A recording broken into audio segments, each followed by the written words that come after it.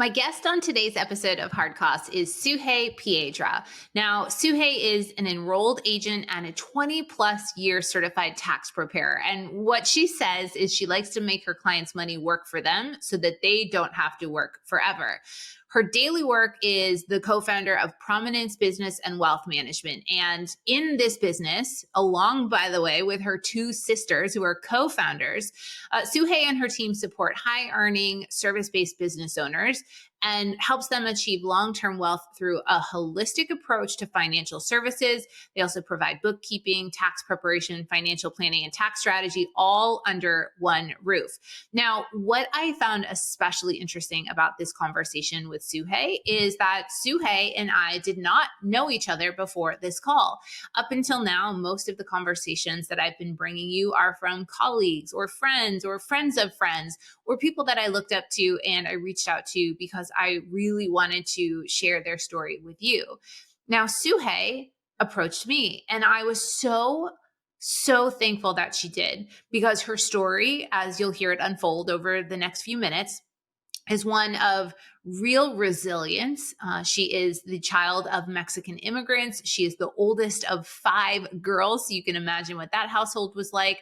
She had a lot of expectations put on her by her family and society, but also, as you'll hear, by herself. And her journey through becoming a professional, through discovering herself, through becoming a fairly young mom, through navigating a really difficult relationship, one that ended fairly tragically and significantly impacted her passion for her work and her ability to do work.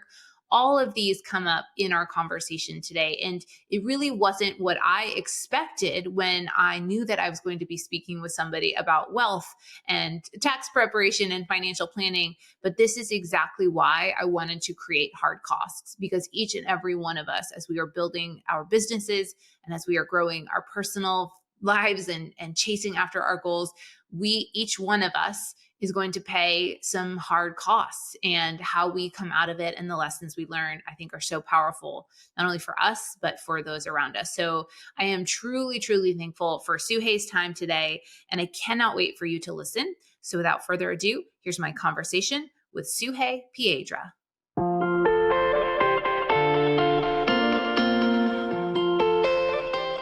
Sugey, welcome to the show. Wow. Thank you. Thank you for having me. I'm excited to be here.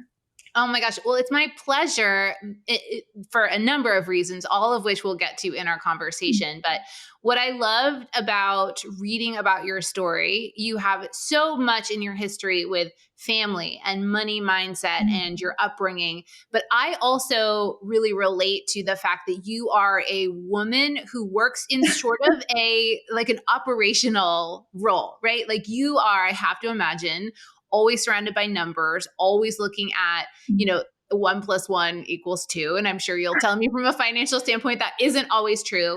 But I share that because I love spreadsheets and I love systems. And so I'm always really inspired to find other founders who have created these sustainable, successful businesses that aren't necessarily in sort of traditional fields. So I want to jump right in and ask, how in the world did you get into the business of financial planning and money management? So, it's true how I always tell people, I'm not going to be your typical financial individual. And I mean CPA, because they'll say CPA, and CPA is just it's such a common, 3 letters. And so people will be like, are you a CPA, or you don't talk to me like a normal CPA. And I am not going to be that normal person, that normal CPA that you would imagine is, boring with glasses and just all about the numbers. I am that person, but it goes back to my background. I am, the oldest of 5 girls.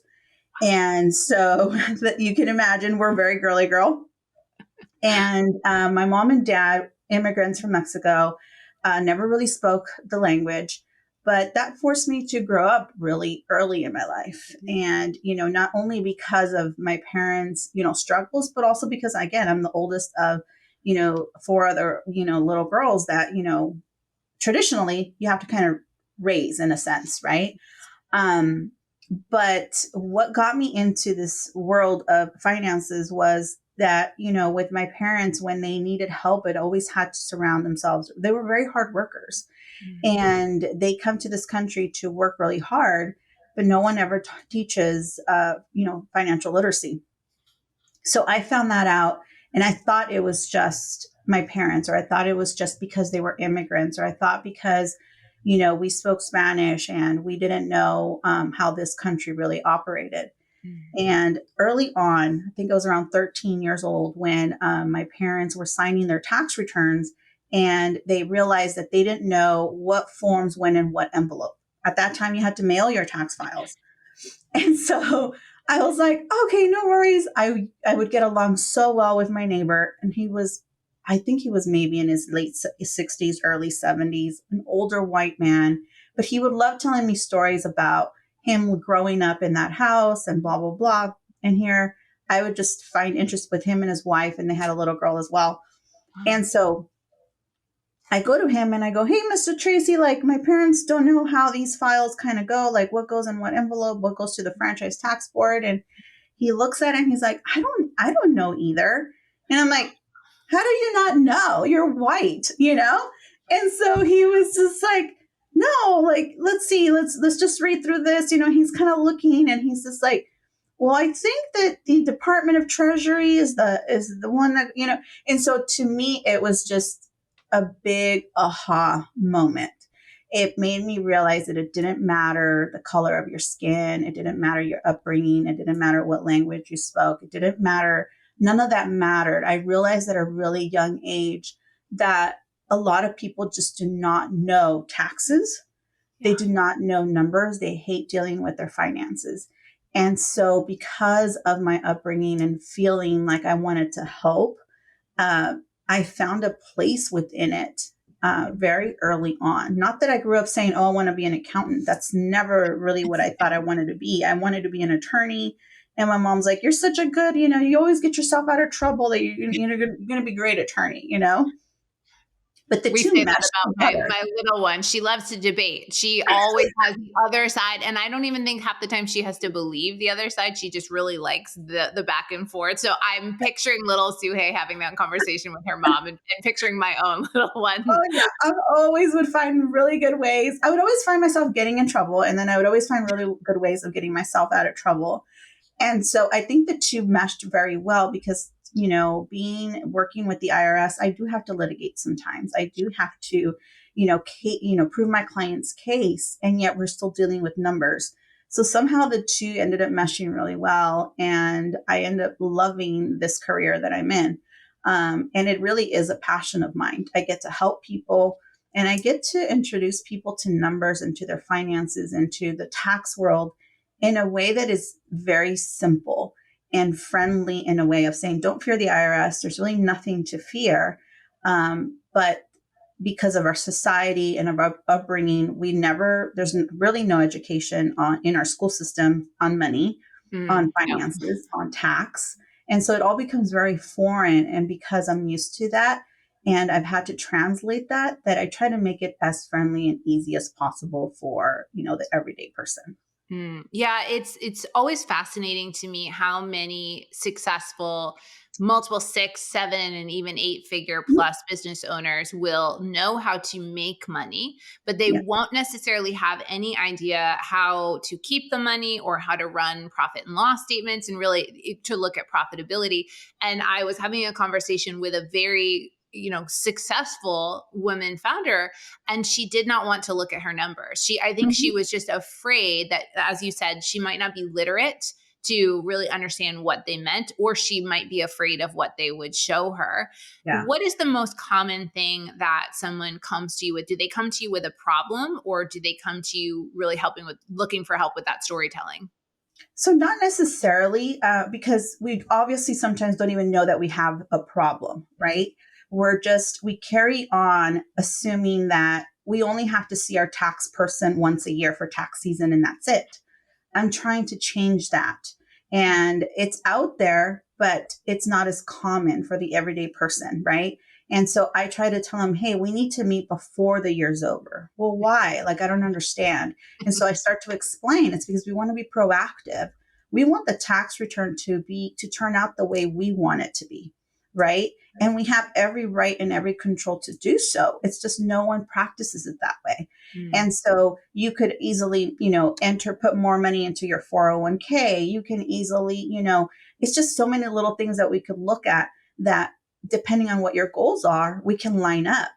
Instead, our system is set up to where we only file a tax return, and whatever it spits out, you're like, okay, I owe money or I get a refund, but nothing changes. And so you keep doing the same thing over and over because no one's taken the time to say, hey, you owe because you didn't adjust your withholdings, or because your college kid is now no longer your dependent, or because guess what? The raise you got ended up increasing your tax bracket. It doesn't matter what it is. We just need to know why.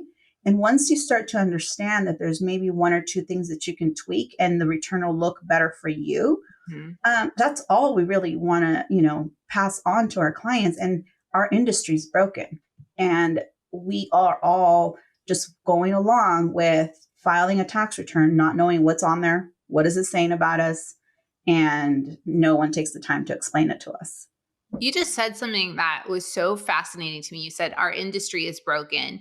I don't want to say that it takes a lot of bravery to say something like that, but it sure takes some, Suhey, especially to be a woman, to sort of say like, hey, this industry that I have benefited from and that has been dominated by these white men for years and years and years, or that is made out to be sort of this, something that you can't really understand, right? You have to have gone to school. You have to have gone to these things. And so for you to say, hey, I'm operating in this industry and it's broken, where does the bravery to say something like that take that bold action come from? So it comes from 20 some years of being in the industry. Okay. I was your typical volume kind of preparer, right? The more you get in, the more you go out. We charge $100 for a tax return. It doesn't matter, right? It's volume based. So tax preparers, whether you're a CPA, enrolled, it doesn't matter what your title is. If you're preparing taxes, you're doing volume in order to make a living. There's no time for the preparer to take an extra 15, 20 minutes to tell you why you owe or why you're getting a refund or what changes to tweak for a better year, right? There's just no time because of the volume. And then they come up with something like TurboTax, do it yourself. So again, it's easy because it's data punching figures, but why are you getting the returns that you're getting? Like that's the part that's missing, right? And so the reason I say our industry is broken is because that's the norm across the board.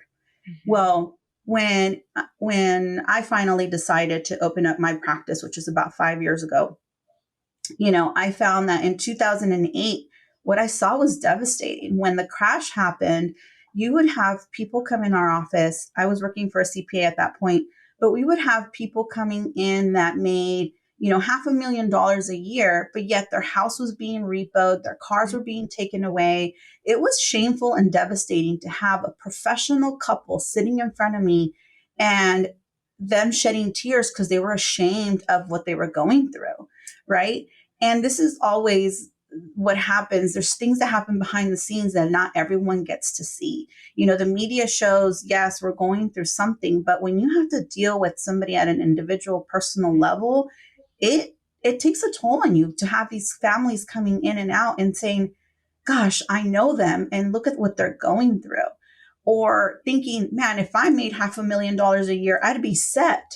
That's not the case. They still live paycheck to paycheck like anyone else would, because it has nothing to do with what you bring in. It has to do with what you do with your money. And that part was what was broken, the educational part. Nobody was doing any better just because they were making more. And I would get the next client comes in, he's making, $75,000 a year, a custodian at a public school, and he's buying all these properties. And I'm like, wait a minute, how is this possible? And he's like, well, and he's like learning this thing of leverage while everyone is going through devastation. And it's because he had good credit. He was living way below his means. He had equity that he could pull. He had saved a lot of money. And so he had something that the other families didn't, which was he knew how to conserve his money. He was living below his means. He wasn't necessarily living paycheck to paycheck. And so he had that advantage and was making an opportunity. That's something that presented itself, an opportunity. And he was making a lot of money in the process. He was, now he's able to retire early. And I'm like, why? Because there's that financial education piece that was missing. That is so fascinating to me. And so, with that thread of you being an advocate for those who maybe don't have access or haven't been empowered to understand their finances. And I love the example you gave where the person with, six figures plus in the bank really was in some ways more poor, not from a financial standpoint, although certainly it sounds like that, but just, more was less equipped to manage his money than the person who had access to that information. So we know little Sugey and the upbringing that you had and some of your origin story. And we know Sugey today, this fierce advocate, but there's a whole journey in the middle that I want to really go through with you, because you have this big family. You're the oldest. And by the way, the oldest daughter energy is something that comes through in a lot of these conversations. I'm the oldest daughter. Many of my guests, whether they are a founder of, a financial company or a marketing company, we tend to really be these like high achieving, strong willed women. So I love that you're in that club. But, you go through, you have this conversation with your mom. You just shared that you founded this company. Walk me through the in-between. What did high school and your continuing education look like before you started practicing in your own business? So my mom would always tell me that I like to do things backwards, right? And it's for sure that's what it was. I fought the urge of, following the regular, let's go to school kind of a thing. I wanted to take a year off after high school and, be that rebel kind of a person. And I think it's because as the oldest, again, you get used to being the one that you have to be responsible. You have to set an example for your sisters. And I was like, screw this. I don't want to be that person, but deep down inside, you still are in a sense. Yeah. And so I had my son at 23, which, was okay. I wasn't too young nor too old, but definitely not financially stable to handle that. Mm-hmm. I'm very observant, but I started to notice really early on just how there was no help, and I needed to work, but yet I was having my son and I couldn't find a babysitter. And so there's a lot of struggles with all of that. And I always had this goal in mind that one day, I wanted to have my business, but I didn't know in what. Mm-hmm. But, there was this accountant that just saw the fire inside of me of, being good with numbers or being good with, my work ethic. And so she took me under her wing and she taught me a lot of what I know today. She introduced me to accounting and tax and stuff like that. Well, again, I was really good at litigating. And so in that CPA firm, I had to deal with audits. And I would always find really good ways of proving my case just because I took a different perspective. I saw things a little bit different. And so I became really good at that. And so I was like, maybe this is where I belong. Maybe this is where, I want to be. So I went back to school, but here I am now, a young mom. And again, making my life more complicated than it probably needs to be, right? But you learn. Eventually, you learn. And so, I have my son is now 21, and it's crazy to see the journey that we've gone through. I have a daughter as well; she's 17, and so I'm going through school, figuring out, preparing myself to start my business. But what happens is with the upbringing that we always have that I'm not enough, or I need one more certificate, or I need to know everything because what if I get a question that I don't have an answer to? So I was never ready. I never felt ready. But finally with, the kids are older and I finally decide that, it's time. It's because one of my younger sisters decides that, she wants to quit her job and she doesn't want to go find a 9-to-5. So we should start our own business. So I start the business with my sister Cruz. And I've always had the support of my sisters. We get along. It's funny. People are always surprised when they see that the business is ran by sisters. They're like, how do you guys get along? Like, my dad did a really good job about making us, like each other and rely on each other. And we're a very close knit family. And so we're very supportive of each other. So it's kind of neat that, I get to work with my family. We're all involved one way or another. And I have like this little powerhouse, right, of a family. But on the flip side of it, I have a what is it called, a toxic relationship. I'm raising these kids. I'm focused on trying to work. I don't want to be home, even though I am a mom. And the kids are like, Mom, you're never home, but I dreaded going home. I dreaded going home for multiple reasons. I dreaded going home because of the toxic relationship. I dreaded going home because I remember home was washing dishes, taking care of, doing laundry, doing all this stuff. And so I didn't want to go home. I wanted to work late hours. I wanted to just not be home. And it's a struggle. It's a struggle that I had to figure out. The first year I opened the business, I did a course, and it was called Sell Without Selling. Mm-hmm.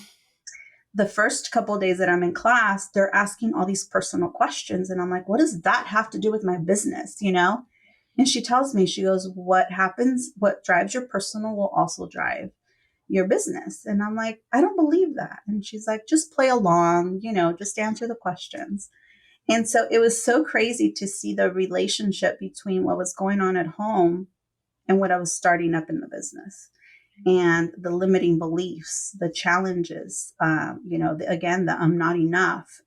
And it was really hard. It was really a very tough time. Opening the business didn't just create an amazing, business for us all, but it also opened me up in ways that I'd never thought could be possible. I never thought there isn't anything wrong with us, right?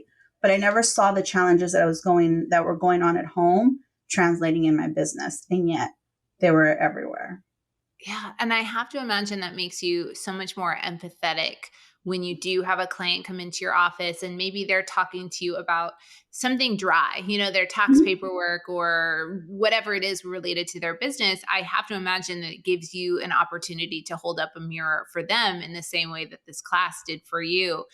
Oh Do yeah. you get emotional ever talking about money and taxes with your clients? I do. It's not even just emotional, but you said like empathetic, right? I understand where they're coming from, but they even have a bigger disadvantage because, again, finances and money and dealing with taxes is just something that people don't like to do, and then layer it with whatever drama they've got going on, or whatever toxic marriage. I mean, that is just so big, especially as women, right? We are moms, we are spouses, and we're housekeepers and all of this stuff. So we have a tremendous amount of pressure going on in the background that has to, whether we want to admit it or not, translate into our business. Mhm. And I didn't really see that in the beginning, like I said.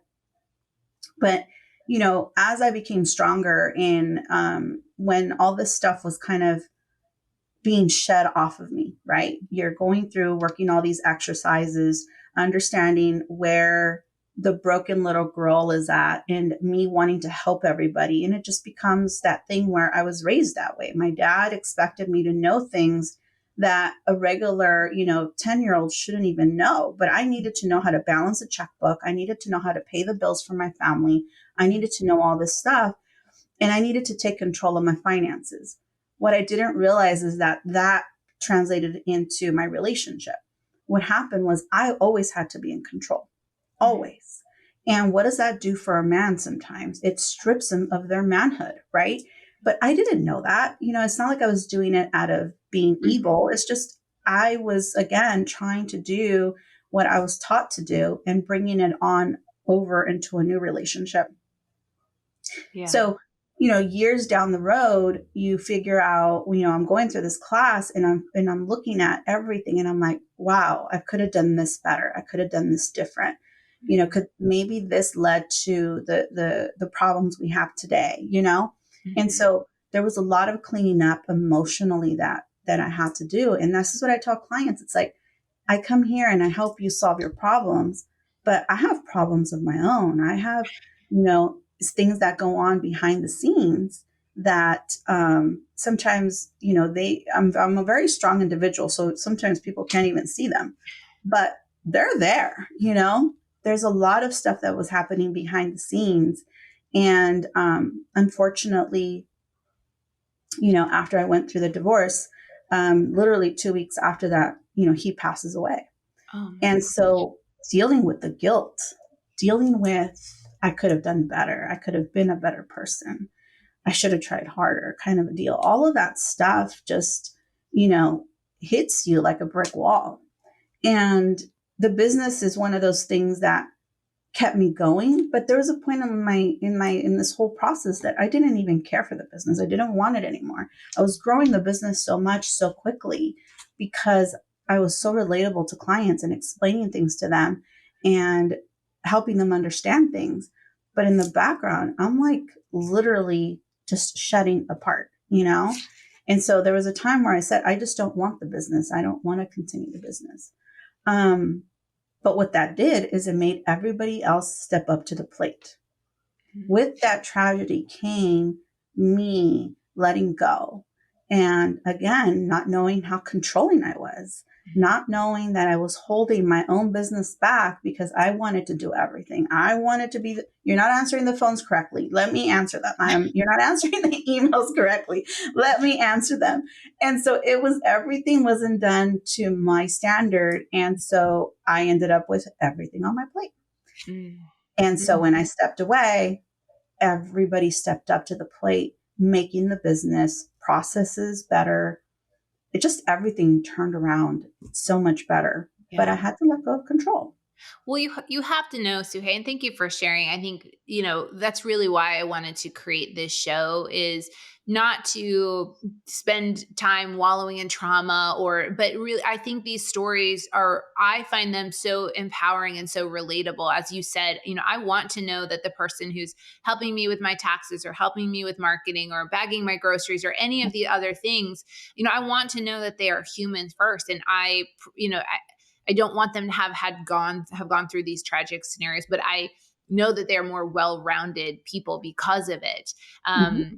But you have to know that your team, your family stepping up for you came from a place of love, because if you had not already reflected that back and really shown them that you were deserving of that support, then the business probably would have fallen apart. Right. And so I hope that you have given yourself some credit as you look back to say you did enough right in building the foundations of the business that Mm-hmm. when you were really challenged, or even when you were, saying like, hey, this is not right. Because I'm that person too. I'm like, hey, if someone is going to make a mistake, let it be me, because at least I know that it won't be careless and I can take it on.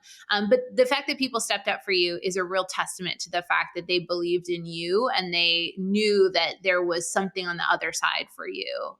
So I really appreciate you sharing that. Have Yeah. your kids shown any interest in coming into the business with you, since it is a family affair?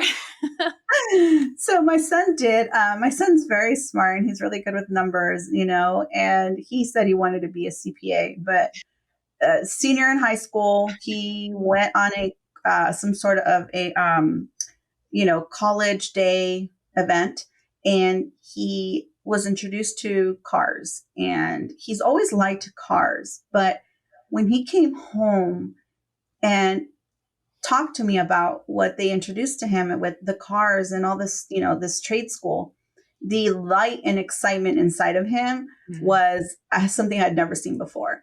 And so he was still set on going to a university for 4 years. And when he, I kind of talked to him and I said, look, 4 years is a long time for you to go to school for something you don't like. He goes, but I'm good at it. And I said, that's great, but doesn't mean you have to like it. So why don't you go to this trade school? It's 2 years. If you don't end up liking that, you can always transition over or whatever. Right. But yeah, he showed that interest, discovered something different. He went full on into being a mechanic. So that's what he does now. And he was really excited about that. He came to work for me one tax season, and I think he quit midway. And he said, "Mom, you work too much." Like he was just like, Oh, no, no. So I was laughing because, it tax season is very difficult. This career is not made for everybody. And the way that I'm doing business now is definitely a little bit less stressful during tax season because it's a little more organized. But there's a lot of hand holding processes. Sure. There's a lot of things we have to change, a lot of education that goes into it. So it takes a lot of patience. But yeah, my son was the only one. My daughter, no, he's like, no. I love that. Yeah, I always wonder what path my kids will take, and I was really touched by the way you were talking about the light in your son's eyes, because I mean, I think that's all any of us are trying to do, and it sounds like that's what your own parents were doing when you were young, and really encouraging you to find your path and use Mhm. your gifts, but really continue to help people. When you right now would be challenged by something, you talked about you're so close with your family. Now you're in business with your sisters, you have your kids, but is there an inner circle of whether it's friends or family or somebody that you go to when things are great, but also when things are difficult? Is that a lot of people? Is that a small, tight circle? What does that look like for you?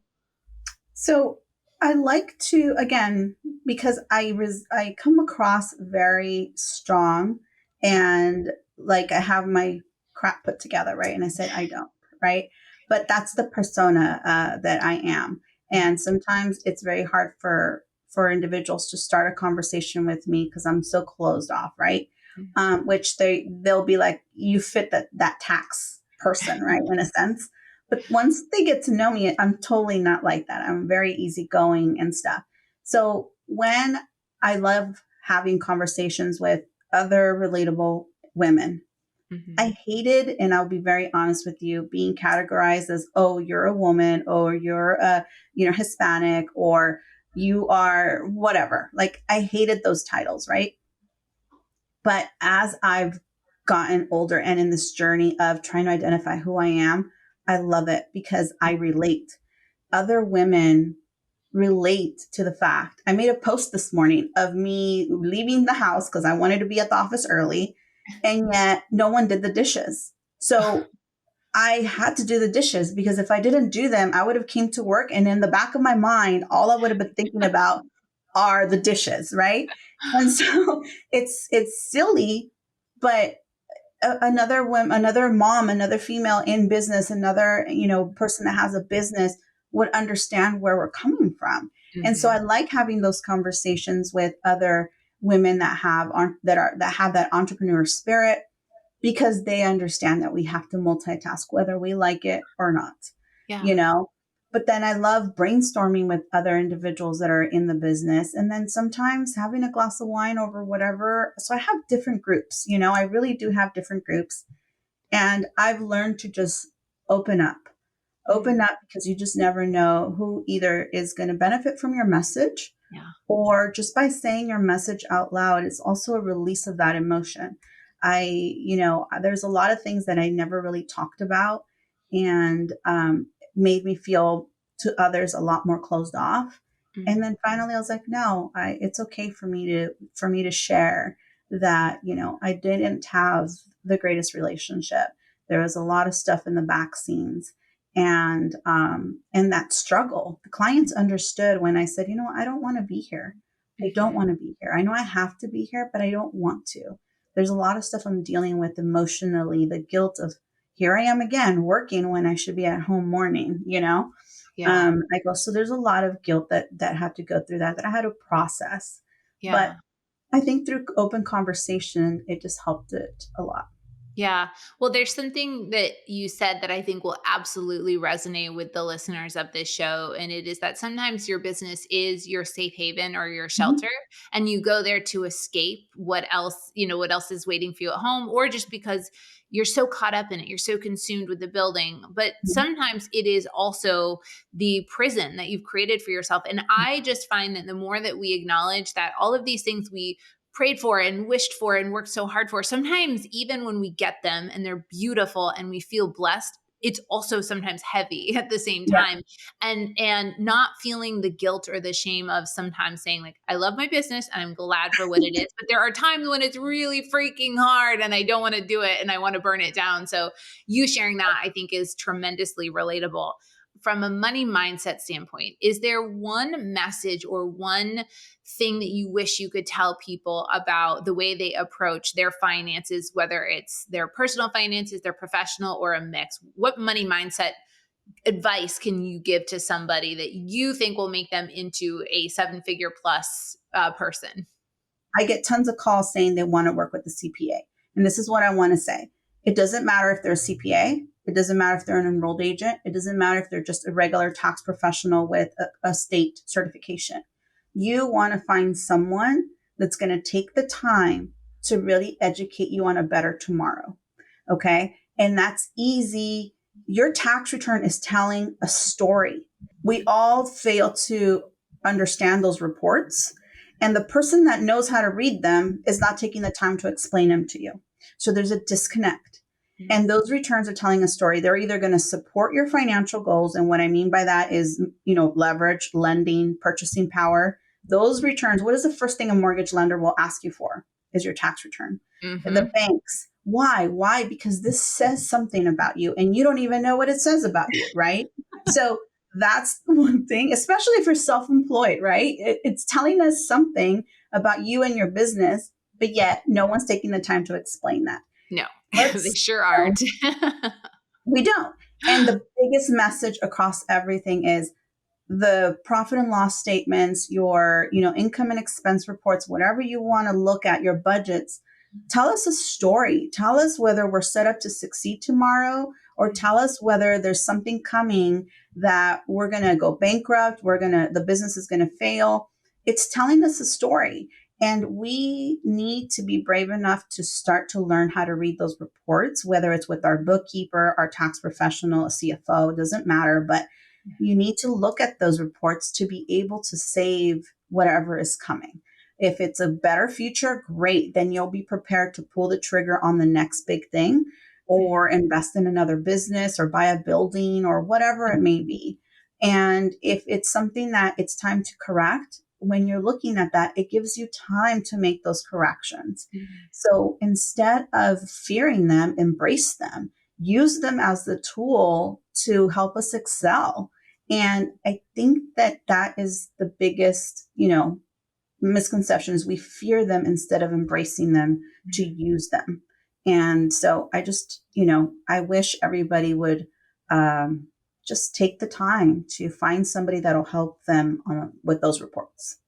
I love that. And I think what I pulled out of there especially is that you don't necessarily have to get caught up in what 10 years looks like. You're working for a better tomorrow, but understanding that if you do this, you have the time to create the 10-year plan. And I think about that from business a lot. We talk about, where do you want to go? How do you want to grow? Well, honestly, it's just a series of small steps. What are you doing today to prepare your business for tomorrow? So Sugey, I am so appreciative of your time and of your story. I am so delighted that you are passionate about your work, because I know it's positively impacting so many people. And I really can't wait for our listeners to connect with you. So thanks again for your time. No, thank you for having me. It's been a pleasure. Well, as I mentioned at the beginning of that conversation, Sugey has spent more than 20 years as a certified tax preparer. She is the co-founder of Prominence Business and Wealth Management. You can learn more at prominencebusiness.com. You can also, by the way, find Sugey on Instagram at prominence.services. She's on LinkedIn. And by the way, she has been featured on all sorts of other programs, including Sell Without Selling. She's been featured on Business Spotlight USA. She has her own podcast that she hosts and produces. It's called Tax Talk with Hey Hey Podcast. And on that show, they provide insights into business taxes, wealth building, and honestly, what it means to create real financial freedom. So I highly recommend that you check those out. out. And again, as you heard in our conversation, there's so much more to Sugey, just like there is so much more to all of us. She is constantly, as she shared with me, working on her own growth mindset. And I love really being around people that are continuously working on themselves and their businesses, even as they are supporting those of us in our own businesses. So I really hope that you enjoyed this conversation with Sugey. I hope there were elements that surprised you and that you are now able to carry forward and put into your own life. As always, if you have any feedback, I welcome it. And I truly appreciate you listening. I'll see you on the next episode of Hard Costs.